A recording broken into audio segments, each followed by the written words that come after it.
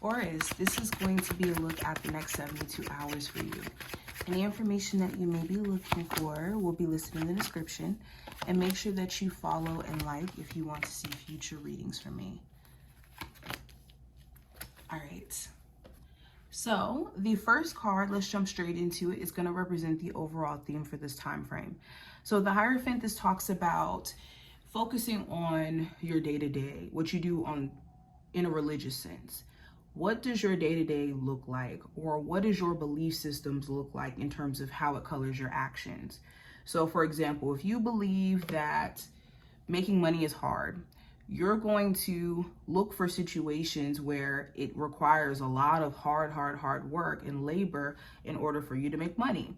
Or you're going to identify situations that it's easier to make money and there isn't so much stress or labor within it as a potential scam or something that's not real. Another example of a belief system that can color your actions is if you believe that your love life is hard, you entertain struggle relationships a lot, especially if those relationships consist of arguments and fights and a whole bunch of red flags in the beginning. You can condition yourself to believe that it's okay to accept certain red flags because struggle relationships are okay. And you may not see that this is happening. It could happen in a very quiet, subconscious way.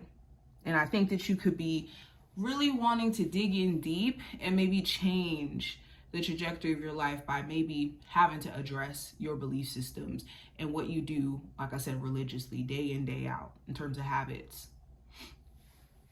Also, when it comes to the state of a marriage or a relationship that you're in, you could want your person to show you that they're actually committed to it as much as you are. You could feel like at times you and your person are just not on the same page in terms of wanting the same things, or in terms of wanting to still be married, wanting to still be in a relationship, or even holding up the commitments that come with being in a relationship. You could question if they're serious about it.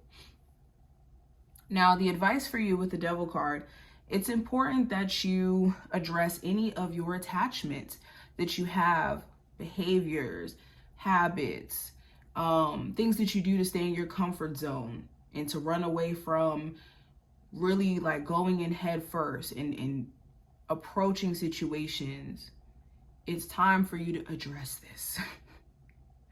And also with the Devil card, when it comes to toxically feeling like you have to stay around situations that are not good for you, that drain you, you have to uproot where that thought process is coming from in order for you to stop this pattern. Okay. Now, going into what to watch out for, I do have the Wheel of Fortune. So with the Wheel of Fortune, this talks about change. This talks about favorable change, things looking up for you. So what you need to watch out for is the good luck, the good fortune that's being bestowed upon you, especially when it comes to your bigger plan, your destiny as a whole. There's some great things down the pipeline. You just need to make sure you're looking out for those opportunities to make that happen for you, and watching out for things that take you off of your trajectory and take you off course. But yeah, you can look forward to change. You can look for a change in circumstances, a change in finances, a change within your relationship. You determine if it's a good change or a bad one, though. Now, the challenge for this time frame, I have the King of Cups. So this could be a Cancer, Pisces, or Scorpio individual, or this could be heavy emotions coming up, or just feelings arising that maybe you don't really know what to do with. You could also be dealing with someone where they struggle with their emotions. They struggle with either expressing it or getting overly emotional and just doing things in the heat of the moment because they feel it. So that could be something you're trying your best to kind of navigate. It's like, okay, this is a lot. The challenge could also be like this deep desire or this deep want for something, and being able to distinguish between a want for something and then a need for it. Like, we could want to be with someone really, really bad, but then do we need it? No. So it's being able to distinguish between the wants and needs. And it's hard to when you're led by emotion sometimes. Now, in the message from your spirit guides, I have the Knight of Wands. So it's important that you're not acting first and thinking later, or taking certain actions from an impulsive nature.